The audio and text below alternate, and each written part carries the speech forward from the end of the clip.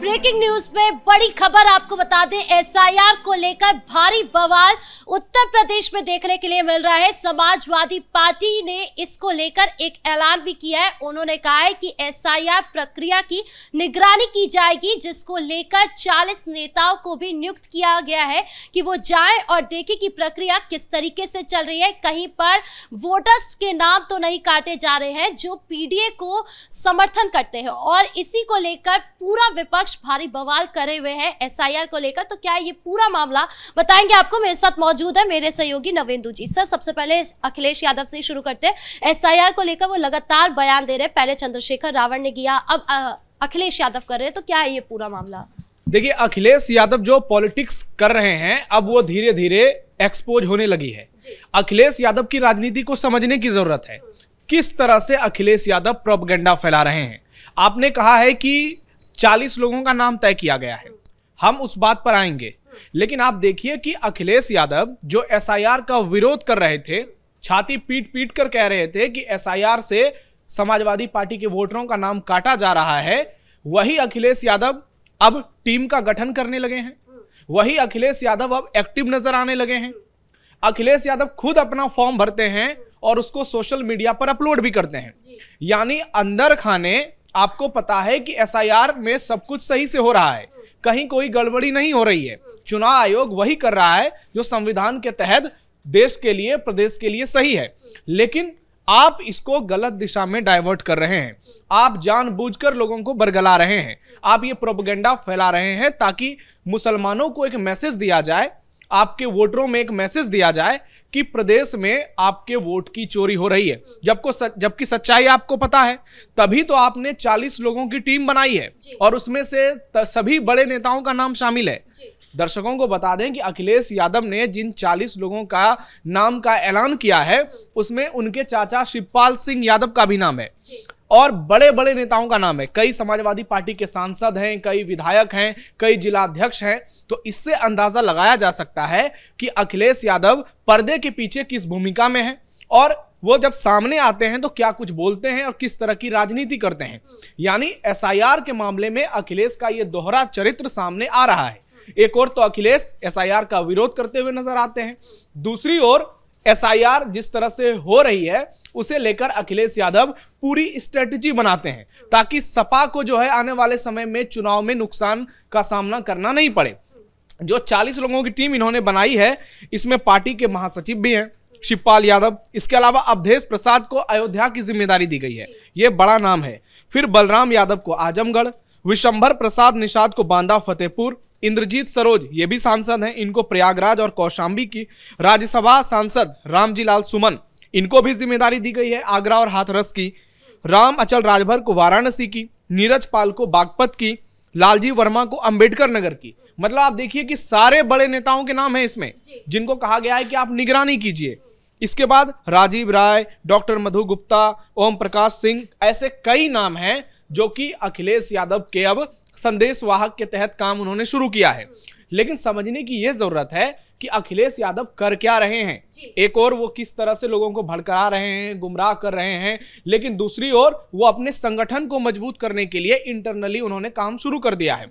आप देखिए कि एसआईआर की जो प्रक्रिया हो रही है, अब चुनाव आयोग ने यह तय कर दिया है कि एक बूथ पर 800 से 1200 वोटर रहेंगे। ये बिहार में भी देखने को मिला और पूरे देश के लिए यही मापदंड अपनाया जा रहा है।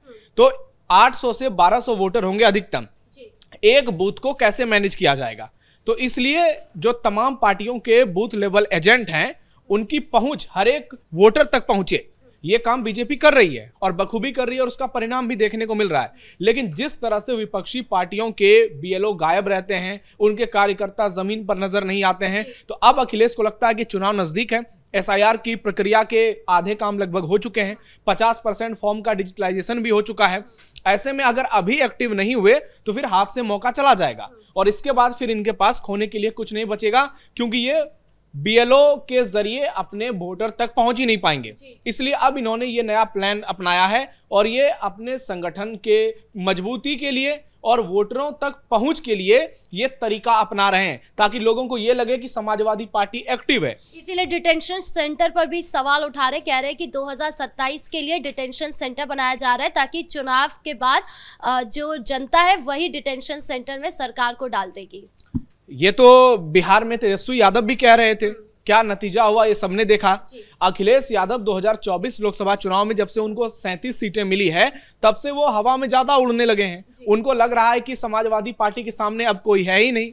आपने देखा होगा कि उसके बाद उपचुनाव में किस तरह से करारी हार हुई। तो अखिलेश यादव ये जो पीडीए का गुब्बारा लेकर चल रहे हैं, जो कि योगी आदित्यनाथ के सबका साथ सबका विकास के सामने लगातार फूट रहा है और जनता में भी ये सीधा मैसेज जा रहा है कि अखिलेश जो है सिर्फ जातिवाद की राजनीति करते हैं, तुष्टीकरण की राजनीति करते हैं। पीडीए के कहने से कुछ नहीं होता है। पीडीए को आपने कितना अपनाया है, पीडीए के लिए आप क्या कर रहे हैं, वो जनता देख रही है। और एसआईआर में भी वही हो रहा है। लोगों को समझ में आ रहा है कि मामला क्या है, कहीं वोट चोरी नहीं हो रही है। अखिलेश हो, राहुल हो, तेजस्वी हो, ये सिर्फ और सिर्फ लोगों को गुमराह कर रहे हैं। इसलिए जनता अब सारी बातों को समझने लगी है। मतलब ये गुमराह करने का जो फॉर्मूला तैयार किया गया है समाजवादी पार्टी की ओर से, क्या ये हर विपक्षी पार्टी की रणनीति बन गई है? क्योंकि चंद्रशेखर रावण भी है, उन्होंने भी कल यही बात बोली कि जो बिहार में हुआ वो यूपी में नहीं होने देंगे, वोट चोरी वहां पर हुई है लेकिन उत्तर प्रदेश में ये होने नहीं देंगे। नहीं होने नहीं देंगे, ये क्या बयान हुआ? वो ये काम तो चुनाव आयोग कर रहा है। केंद्र सरकार अपने आप को इससे किनारा कर चुकी है कि हमारा इससे कोई लेना देना नहीं है, यह संविधान के तहत हो रहा है।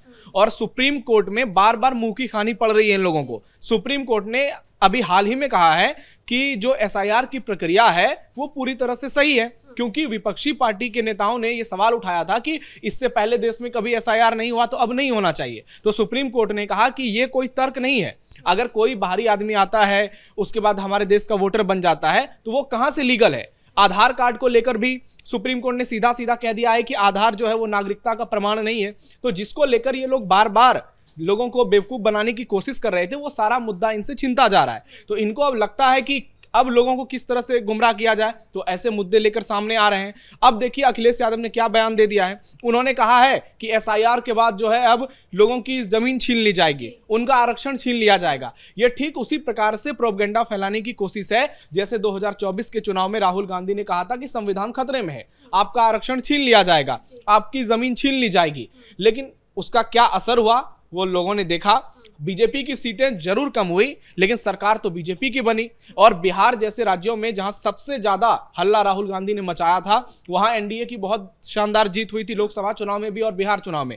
यूपी में थोड़ा गड़बड़ जरूर हुआ लेकिन उसके बाद देखिए कि जिस तरह से उपचुनाव में बीजेपी के सपोर्ट में नतीजे आए उसने यह साबित कर दिया कि इनके दावों में दम नहीं है। तो अखिलेश बार बार इस बयान को दे रहे हैं और राहुल गांधी के एजेंडे पर चलने लगे हैं।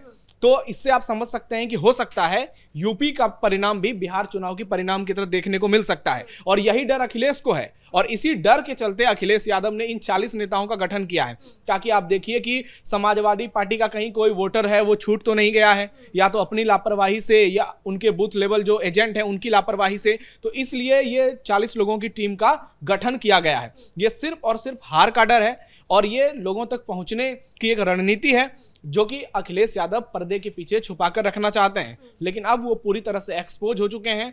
सुप्रीम कोर्ट से लेकर चुनाव आयोग तक लोग सब कुछ समझने लगे हैं और लोगों को लग रहा है कि सरकार जो कह रही है उस बात में दम है। चुनाव आयोग जो कह रहा है वो बात सही है।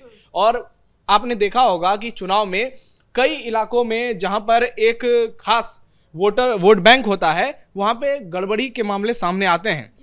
ये एसआईआर का इतना विरोध ये लोग क्यों कर रहे हैं? क्योंकि कई जगहों पर मुस्लिम इलाकों में खास तौर पर जब ये वोट डाला जाता है वहां पे देखिए आप कितने एब्सेंट वोटर प्रेजेंट हो जाते हैं, कितने वोटर जो डेथ हो गए हैं वो भी आकर वोट डाल देते हैं। मतलब वोट में पूरी तरह से गड़बड़ी की जाती है और उसी गड़बड़ी को खत्म करने के लिए एसआईआर किया जा रहा है ताकि जैसे बिहार में 60 से 70 लाख नाम कटे, जो एब्सेंट वोटर थे, जो डेथ वोटर थे, जो रिपीटेड वोटर थे, उन सबका नाम काटकर हटाया गया। वही यूपी में हो रहा है, जो जितने फालतू के गड़बड़ी के वोटर हैं उन सबका नाम हटाया जाएगा और 24-25 करोड़ के आसपास यूपी की आबादी है, उसमें 15 करोड़ 44 लाख वोटर हैं और 50% के फॉर्म डिजिटल हो चुके हैं। तो ये रफ्तार जिस तरह से कामकाज देखने को मिल रहा है, चुनाव आयोग जिस पारदर्शिता से काम कर रहा है, अब 7 दिसंबर तक का वक्त बचा हुआ है, तो ये तय मानकर चलिए कि 7 दिसंबर तक चुनाव आयोग अपना काम पूरा कर लेगा। तो अखिलेश भी चाह रहे हैं कि एक और चुनाव आयोग अपना काम कर रहा है, दूसरी ओर हम अपना काम करें, और इसी को लेकर ये उनकी रणनीति जो है वो अब लोगों को समझ में आ गई है। अब देखना ये होगा कि जब एसआईआर के फाइनल आंकड़े यूपी में आते हैं तो फिर क्या कितने वोट कटते हैं, क्या बिहार की तरह यहाँ भी बड़ी संख्या में वोट काटे जाएंगे, क्योंकि अखिलेश तो दावा कर रहे हैं कि 3 करोड़ लोगों के नाम काटे जा रहे हैं बीजेपी की ओर से।